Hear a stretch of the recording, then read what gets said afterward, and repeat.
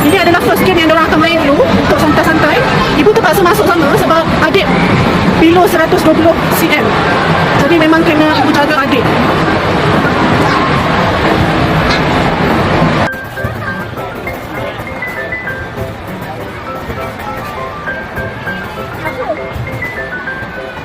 Masalahnya ibu yang nervous. Padahal naik game tu je, tapi ibu rasa nervous. Nak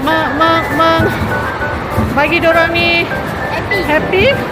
Mak terpaksa Belum naik sekolah. sebelum naik sekolah.